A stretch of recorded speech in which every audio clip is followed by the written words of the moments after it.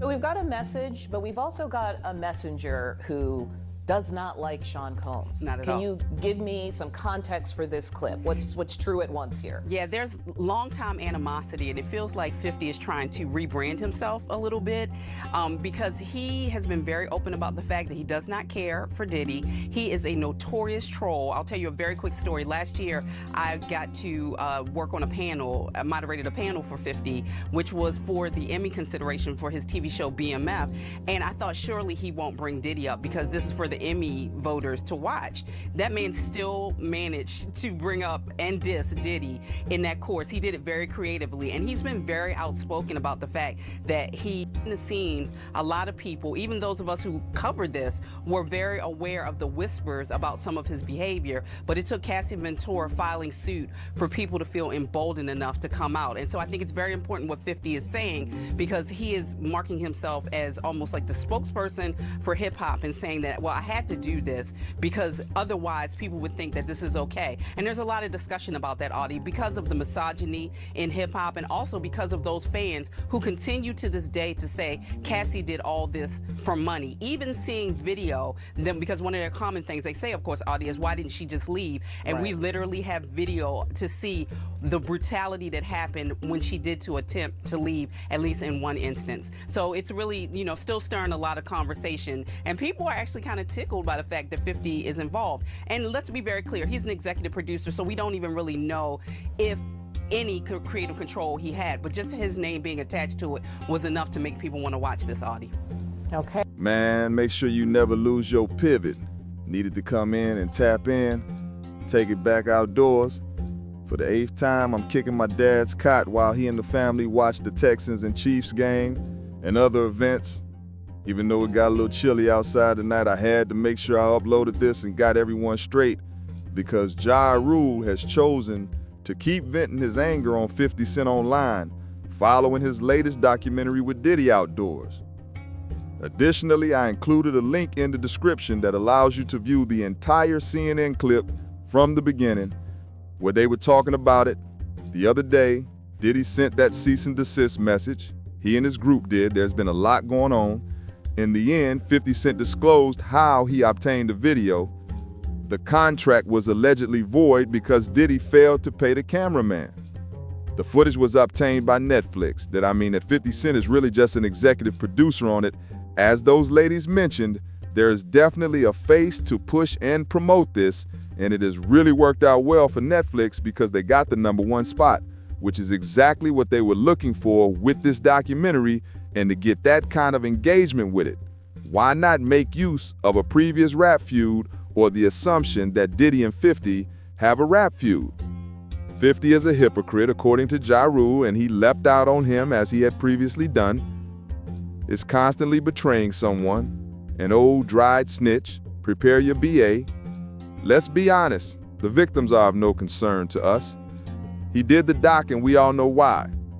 Herman is a cultural cancer. Donate the revenues to domestic violence groups if he truly cares. At Ja Rule, I am on 50 Cent's side on this one. A man said in response to Ja Rule's post, "Some animals out there are deserving of being exposed. Certain things simply cannot be ignored." I'm not condoning Diddy's behavior, Ja Rule retorted. I'm presenting Herman's persona. Then he allegedly posted, "Herman's no different.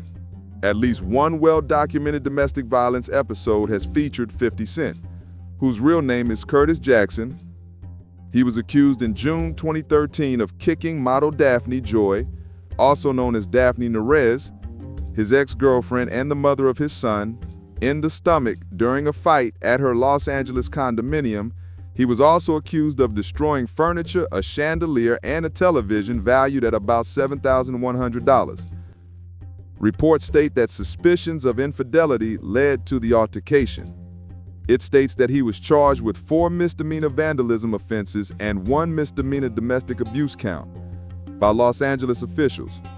Jackson first entered a not guilty plea, but in October 2013, he negotiated an agreement to enter a non-contest plea to 1 count of vandalism.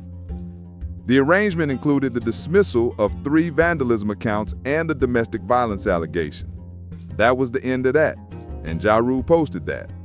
Now, 50 Cent denied any domestic violence at the time, claiming through his lawyer that nothing had happened.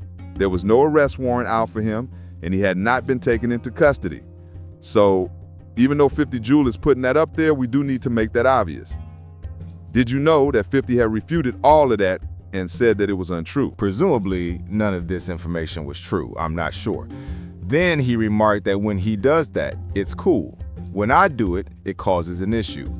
Get the fuck out of here. Herman and the accused abuser as well. Subsequently, he posted another image of a scene in which 50 allegedly got into a fight with his ex-girlfriend and severely tattooed her, and she accused him of being a woman beater and manipulator. He also included eye emojis in the message. According to this article, 50 apologized to it for that. That does not imply that all of this is accurate. Just like I couldn't condemn Diddy from the cell phone and no one else if I hadn't seen the video, I couldn't convict 50 people from this mobile phone. There is no evidence that he was not found guilty of these offenses. I am unable to state that. However, Ja Rule is making an appearance and stating that this is not 50 caring. 50 is not real. Right now, he's just using this as an opportunity to exact revenge on Diddy.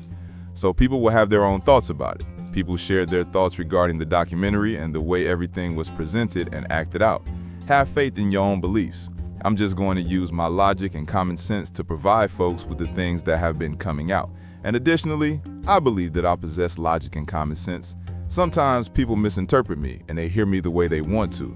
But when I talk about stuff like this, when we obviously don't support what Diddy did, I'll be giving you the straight facts and just applying common sense.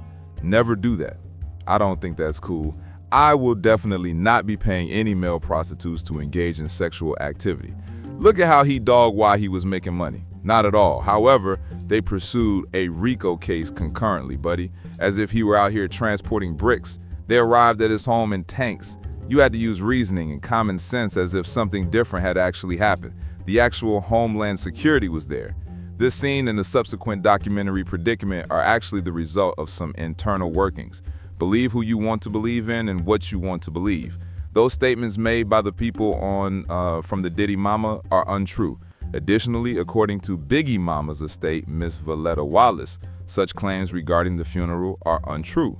Later added that the claims regarding the talks for his new contract are untrue. We may all claim to have witnessed Diddy engage in extremely disrespectful, out-of-pocket activities. I understand that. However, this does not imply that someone did what they claim to have done, even if they are out of pocket, disrespectful, or have some extremely dark bad energy about themselves. Just simply keeping it at 100. Now it can be verified if it is factual and documented. I will say that. However, given some of these individuals, such as Law lacks the authority to discuss anything with me. First of all, you were all present when this was happening. All of you were down. Everyone was cool with it. You want to discuss what transpired with anyone, even 20 or 30 years later, or as long after that. And a few years after he completed the album, Lil Rod did as well. However, his lawsuit was refuted. It's not believable.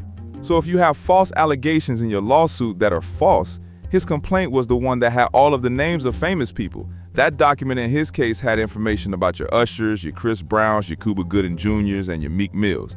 Then he showed a photo of some girls, and it turned out that one of them was Justin Combs' girlfriend. He said that some of them were minors. Bruh, that's his man gal. As in, what are you saying? Let me be frank with you all after that.